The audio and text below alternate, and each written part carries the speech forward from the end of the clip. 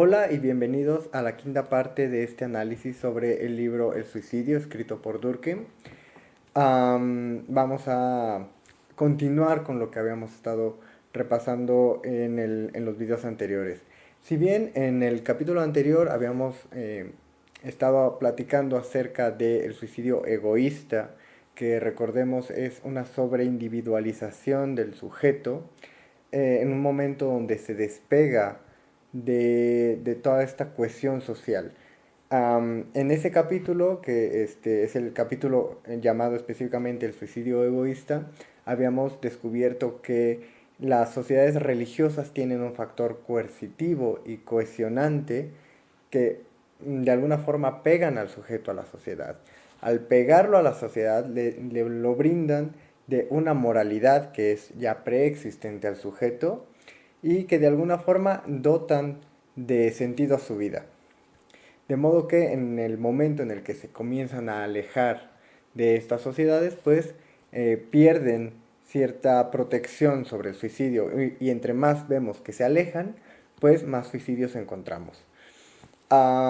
Eso es para Durkheim el egoísmo, es separarse de estas instituciones cohesionantes para pensar sobre uno mismo, ¿no? Habíamos visto incluso en el capítulo anterior que las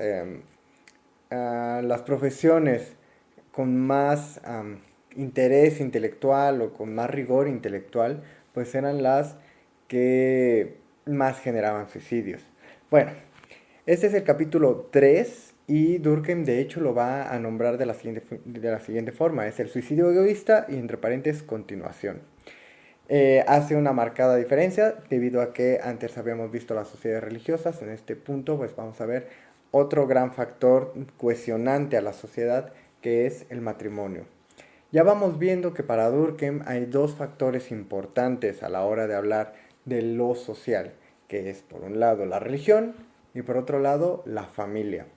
Vamos a ver en este capítulo poco a poco cómo la familia, al igual que la religión, forman una fuerza que sujeta al individuo y que una vez, por razones varias, este individuo se aleja de esa fuerza, pues pierde protección sobre el suicidio y va a comenzar a suicidarse más.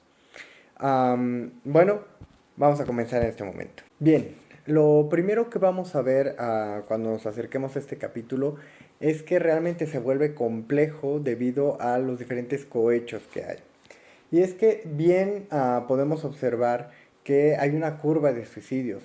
Si lo ponemos a pensar, los niños se suicidan muy poco, después conforme van entrando a la adolescencia o a la primera adultez se van suicidando más, llegan a un pico en cierto punto de la adultez y después este pico de suicidios pues va disminuyendo según van envejeciendo más. Es decir, que se matan más adultos jóvenes que viejos y se matan mucho menos niños que adultos jóvenes. Sin embargo, también podemos ver que esto mismo o algo parecido sucede con los matrimonios. Los niños prácticamente no vemos ningún matrimonio.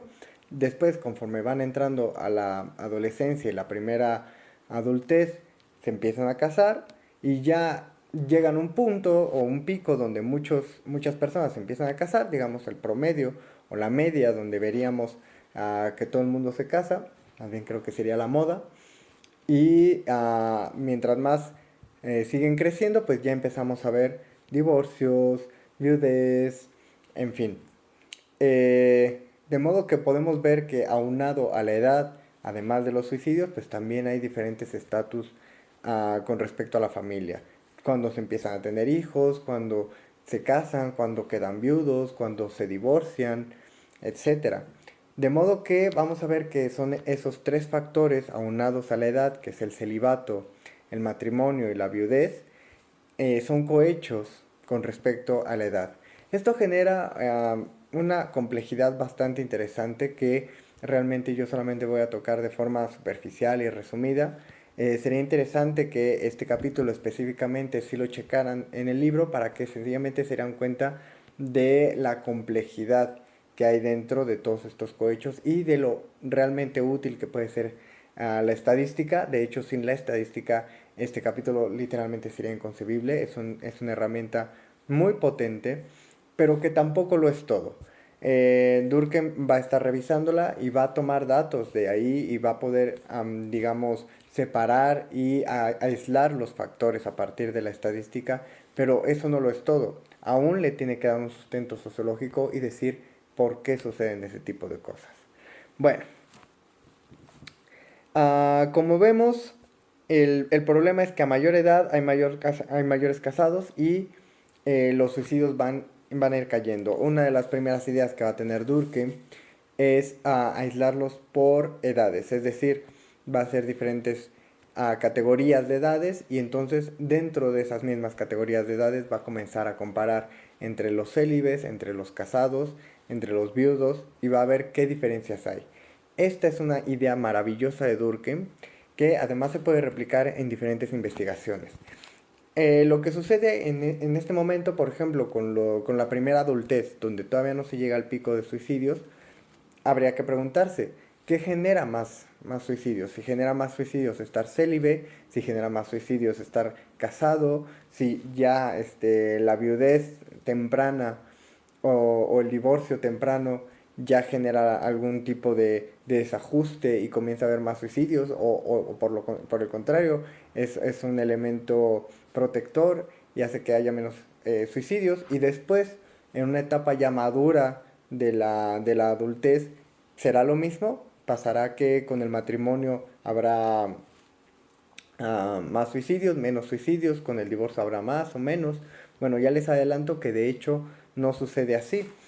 Y estas conclusiones las podemos tener gracias a esta maravillosa idea que hace Durkheim de identificar los factores que son la edad y estos tres que les acabo de dar y entonces aislarlos, compararlos por etapas de edades para que tenga más sentido. De esta forma, Durkheim llega a conclusiones claras y comprobadas, que así lo marca él en su mismo libro. Primero, nos indica que los matrimonios jóvenes, es decir, por ahí de los 20 años o antes, según recuerdo en el libro, generan una influencia agravante hacia el suicidio. Es decir, las personas que se casan muy jóvenes tienden a suicidarse más. El matrimonio en este caso no es un elemento protector frente al suicidio. A partir de los 20 años, efectivamente era como lo recordaba, a partir de los 20 años, las personas que se casan, tanto hombres como mujeres, que ese es otro factor que se me había olvidado contarles antes, realmente los hombres siempre han sido los que más se suicidan y además se suicidan por diferentes razones que las mujeres, incluso dentro de los matrimonios. Vamos a ver que el matrimonio afecta de forma diferente a las mujeres que a los hombres y el divorcio va a afectar también muy diferente a las mujeres que a los hombres. De momento vamos a seguir con la segunda conclusión a la que llega, que es que a partir de los 20 años el matrimonio va a proteger a las personas frente al suicidio. Es decir, una vez más, el matrimonio forma parte de esta fuerza coercitiva, o más bien cohesionante del sujeto que lo va a pegar a la sociedad y va a evitar que se sobreindividualice. Por último,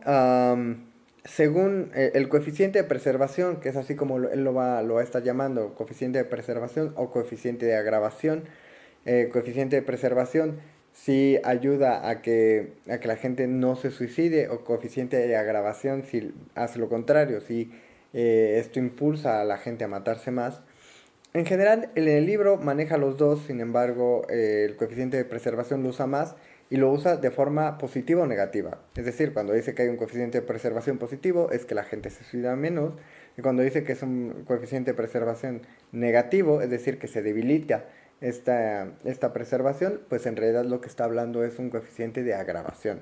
Bien, lo primero que Durkheim nos va a indicar es que él ha encontrado que para casarse, es decir, para tener pareja, requiere tener cierta fortaleza y por lo tanto las personas que se encuentran célibes pues carecen de esta fortaleza. Es por eso que los célibes se matan más que los casados. Esta es una primera aproximación que él va a hacer.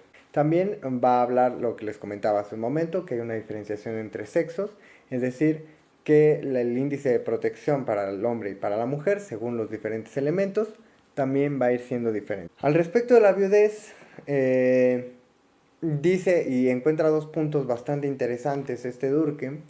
Va a decir que los hombres, al encontrarse viudos, se matan no tanto por la falta de la otra persona, sino por este sobrecargo de responsabilidades que le genera. Es decir, todo lo que hacía la mujer, recordemos que Durkheim está escribiendo en 1800, a mediados de 1800, pues seguramente hablará de todos los quehaceres domésticos, de educación, etcétera. Entonces un hombre que se queda viudo ahora tiene que trabajar y tiene que regresar a trabajar en la casa. Este sobrecargo de, de trabajo pues va a hacer que se suicide más. Sin embargo, a la hora de hablar de la mujer se va a dar cuenta de que en la viudez va a afectar mucho si hay hijos o no hay hijos. Las mujeres que han encontrado fertilidad en su matrimonio, es decir, que han podido procrear, pues ciertamente están mucho más protegidas que aquellas que se encuentran en plena soledad. De modo que podemos ver que, como Durkheim lo sugiere, es un complemento natural los hijos para a la hora de hablar de la familia. De modo que los hijos, en el caso de las mujeres, sí van a formar parte de un elemento cohesionante del sujeto con la sociedad. Mientras que para los hombres, pues más bien va a ser una carga extra. De modo que ya podemos ver esta primera diferenciación entre hombres y mujeres. Los hombres que se quedan viudos, pues se matan por unas razones, y las mujeres que se quedan viudas, pues lo harán por otras formas, por otras razones, perdón, y además existe a la hora de hablar de las mujeres este hecho importante de si hay hijos o no hay hijos. Durkheim, a lo largo de todo el libro del suicidio, va a estar refutando y platicando de alguna forma con otros autores que van a estar, que ya habían hablado acerca del suicidio, que habían dado algún tipo de explicaciones sobre su etiología. Y en un punto, hay un punto muy curioso en este capítulo, que es que se hablaba de que las mujeres viudas se suicidaban el doble que los hombres viudos. Y entonces parecía que las mujeres que enviudaban pues tenían un factor de protección menor. Es decir, que si un hombre quedaba viudo, pues ciertamente se desestabilizaba, pero una mujer que quedaba viuda, pues era mucho más probable que se suicidara. Sin embargo, a la hora de revisar los datos, Durkheim se da cuenta de que de hecho hay el doble de viudas que de viudos. Esto es porque los hombres generalmente pues morimos antes que las mujeres. Esto genera que haya más mujeres viudas todo el tiempo. Una vez teniendo este dato, vamos a tener que tomar en cuenta que hay que todo trabajarlo en porcentajes. Dependiendo de la cantidad de mujeres viudas, cuántos suicidios hay, y dependiendo o en porcentaje en relación a los hombres viudos, cuántos hombres que se dan muerte a sí mismos hay. Esto es un elemento que se va a continuar, también es un elemento muy importante que Durkheim descubre en este capítulo, o sea, nos los descubre a nosotros, la importancia de trabajar con números relativos y no absolutos.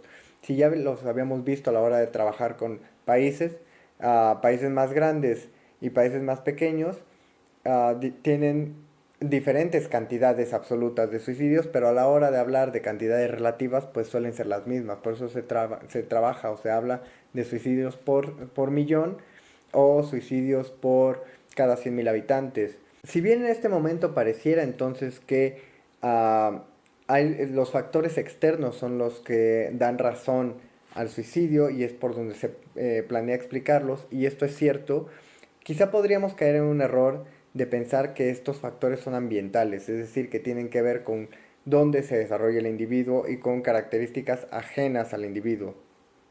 Sin embargo, Durkheim va a dar cuenta de que estos factores no son tanto ambientales, sino sociales. Y va a haber una diferencia muy clara entre factores ambientales, como son la geografía, el mes del año, o los cambios climatológicos, lo que él llama condiciones cósmicas, es decir, si hay lluvia, si hay mucho calor y tal, incluso de razones congénitas. Recordemos que para cuando Durkheim está hablando todavía no se ha desarrollado demasiado bien la medicina y mucho menos la psiquiatría o la medicina propia del cerebro.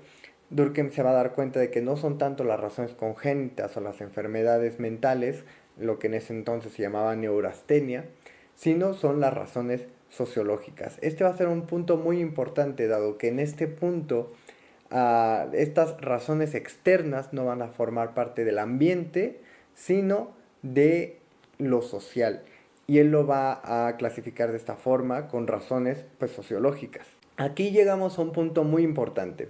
Y es que hay que resaltar que cuando uno de los dos convivientes se matan y deja al otro en este riesgo de suicidio, la persona que le sobrevive, es decir, el viudo o la viuda, no se mata en razón de una ausencia, sino que se mata en razón de este desapego a las fuerzas morales que lo unían, ¿no? Recordemos que la sociedad matrimonial es una fuerza que te pega a lo social. Una vez que esta fuerza se debilita, ya sea por un divorcio o por enviudar, pues esta fuerza se debilita. La persona que queda así, pues está más proclive a un suicidio. Esto se ve claramente en un mapa que nos muestra Durkheim, y es que allí donde vemos, donde hay menos densidad familiar y por lo tanto menos fuerza cohesionante y menos interacción y complejidad social, pues hay mayor cantidad de suicidios. Vamos a ver específicamente qué son las sociedades familiares. Las sociedades familiares son los sentimientos, recuerdos comunes, su intensidad, representación y reforzamiento. Es decir, cuando nosotros estamos con nuestras familias, pues tenemos sentimientos unos con otros, generalmente de apego, de afecto, de amor, y recuerdos comunes. Son personas con las que hemos estado muchos años, desde que nacemos prácticamente, con las que nos hemos criado y que tenemos experiencias comunes, pero son este apego al otro y este camino en común que se ha llevado el que nos protege del suicidio de alguna forma. Bien, si ya hemos visto un poco acerca de las sociedades familiares, ahora vamos a ver un poco acerca de lo que sucede a la hora de hablar de las sociedades políticas. Este sería el último apartado ya de este capítulo alargado del suicidio egoísta.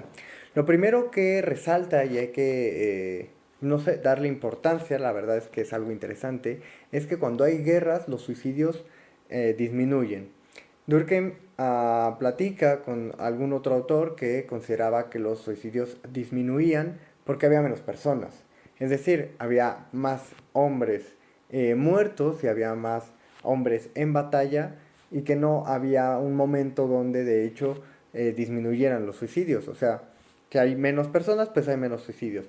Sin embargo, Durkheim refuta esta aproximación con datos estadísticos. Un ejemplo de Francia, y es hombres que están en el campo de batalla y personas que no están en el campo de batalla. A pesar de que todo el país está en guerra, hay personas que están en el campo de batalla y personas que no. Aún las personas que no están literalmente en el campo de batalla, pues se suicidan menos. No solo eso, una vez terminada la guerra, sigue habiendo menos suicidios y tarda un cierto tiempo en recuperar la cantidad normal que había antes. Es decir, que podemos ver una línea o una tendencia clara y estable. Una vez comienza una guerra, esta tendencia va a disminuir, y una vez que acaba la guerra, pues esta tendencia se va a ir recuperando poco a poco hasta llegar a donde estaba antes. Esto claramente indica que la guerra es una forma de preservación ante el suicidio, perdón. Bien, no se trata de estar todo el tiempo en guerra para que haya menos gente que se suicide, sino simplemente pensar en estos fenómenos como situaciones donde el individuo piensa menos en sí mismo y más en lo común, que es este sentimiento que va a preservarnos frente al suicidio. Y es que sucede lo mismo con las instituciones religiosas, con las familiares y con las políticas en este caso. Este sentimiento en común Por ejemplo, en las sociedades religiosas, donde todos pensamos igual, donde somos un ente como si fuéramos bloques de Lego, que estamos todos pegados, que somos todos uno, que juzgamos al otro tal cual como nos juzgamos a nosotros mismos, que pensamos lo mismo, que queremos lo mismo y buscamos un bien común tanto para el otro como para el primero, son de estas sociedades religiosas. Pero también con las matrimoniales, cuando uno está con otra persona, pues tiene un sentido en común con esa otra persona. Y cuando esta persona o esta familia tienen hijos, pues también hay un sentido en común. Es este sentido en común lo que nos va a dar la preservación. Lo mismo sucede frente a las guerras. Queremos protegernos a nosotros mismos, pero también a nuestra comunidad. Cuando esto sucede, pues las personas nos unimos más y esto hace que la tasa de suicidios disminuya. Como vemos, lo que al final une estos tres temas, que es lo familiar, lo político y lo religioso, es que tan pegados o desapegados estemos frente a los caminos de los otros y el bienestar de los otros. Entre más conectados estemos con la comunidad y con el bienestar o la búsqueda de bienestar, no solo de nosotros mismos, sino de los demás, vamos a estar más en peligro de suicidarnos. Es decir, que entre más pegados estemos, más protegidos estaremos, y mientras más despegados estemos de estas comunidades, pues el índice de agravación aumentará. A esto Durkheim lo llama sentimientos de simpatía y solidaridad, que es una preservación suprafísica, que es lo que llama, es una preservación orgánica que no tiene que ver solo con nosotros mismos, sino con las personas con las que nos sentimos identificados y nos rodean. Es por eso, insisto, que en las sociedades religiosas nos identificamos con una religión con la que todos los demás y toda la comunidad se identifica y por lo tanto nos identificamos con todos ellos. Lo mismo con las religiosas, es decir, yo identifico a mi familia, a mis hijos, a mi cónyuge y se genera simpatía y solidaridad con estas personas. Lo mismo con las sociedades políticas. Yo me considero mexicano, latinoamericano, etcétera, y eso genera solidaridad y simpatía por otras personas que sean de la misma comunidad. Bien, por último, Durkheim apunta que estas comunidades nos piden a nosotros sacrificios que tenemos que hacer para mantener esta solidaridad. Lo podemos ver claramente en las sociedades religiosas que tienen dogmas bastante estrictos que hay que seguir y que de no seguirlos pues hay conflictos y en fin, que se vuelven un pesar. De repente, frente a nuestra completa libertad, se constriñe debido a estas moralidades que tenemos que aceptar, dado que no las estamos formulando nosotros, ya estaban hechas antes. Lo mismo con los matrimonios y lo mismo con las entidades políticas. De alguna forma nos constriñen, nos limitan la libertad y tenemos que hacer ese pequeño sacrificio o ese sacrificio que llama Durkheim para convivir en esa solidaridad y en esa convivencia. Lo que nos van a dar estas sociedades, pues va a ser este fin en común y va a llenar de significado la vida. Una vez nos desapegamos de estas sociedades, la vida parece infértil. Es decir, que parece no tener un significado o un fin claro. Porque, por supuesto, cuando uno está, por ejemplo, en familia, hay un fin claro, que los niños crezcan, que se desarrollen, de alguna forma encontrar estabilidad financiera, estabilidad emocional, etcétera. Sin embargo, cuando esto no ocurre, cuando uno vaga a la deriva hacia una familia, hacia una religión, sin un sentimiento de solidaridad con absolutamente nada, la vida parece más vacía, es decir, parece que no tiene un fin claro, parece que no tiene un sentido.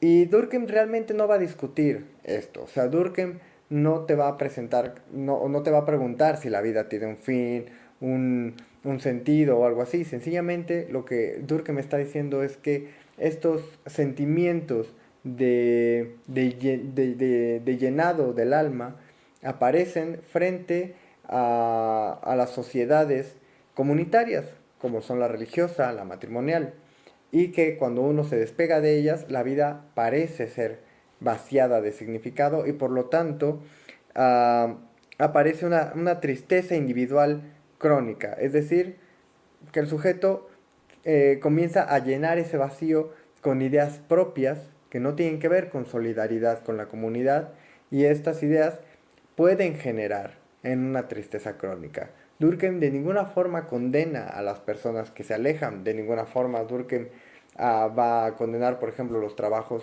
que requieren más esfuerzo intelectual. Como ya hemos visto, esto hace que se desapeguen de la vida matrimonial, de la vida religiosa y por lo tanto queden más expuestos frente al suicidio. Durkheim en ningún momento va a decir que esto es malo, sino simplemente va a dar cuenta de que a la hora de desapegarse de estas comunidades se genera un vacío. Y si ese vacío es llenado con ideas de tristeza, con ideas poco fértiles, con ideas suicidógenas, a final de cuentas, pues uh, la, la, el índice de agravación, como así él lo va a llamar, va a aumentar en todo caso.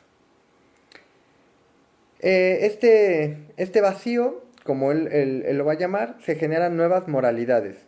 Esta nueva moralidad ya no tiene que ver con el apego hacia la comunidad y estas moralidades pueden llevar hacia el suicidio. El egoísmo, como vemos y apunta al final Durkheim, no es un factor externo, no es un elemento ambiental como muchos lo podrían haber visto, como ver la familia o ver esta comunidad religiosa como algo ajeno al sujeto, donde el sujeto mismo convive, como lo es, por ejemplo, la localidad, como es, por ejemplo, la temperatura promedio, etcétera, que es donde el sujeto está insertado, ¿no? Durkheim dice, esto no es algo ambiental, sino es algo propio del sujeto. Es así como Durkheim pues termina este capítulo. La verdad es que en este quinto capítulo quería hablar también del suicidio altruista. Sin embargo, al parecer nos hemos extendido ya demasiado. Espero haber dejado claro, o por lo menos haber dado una idea acerca de lo que significa el egoísmo para Durkheim y cuáles son estos elementos que van a propiciar o proteger al individuo frente al suicidio. Bien, así vamos a terminar este video el día de hoy. Quedan pendientes los otros dos clasificaciones de suicidio. Y pues nada, nos estaremos viendo ya el video que viene. Entonces, hasta la próxima. Oh, estoy cansadísimo.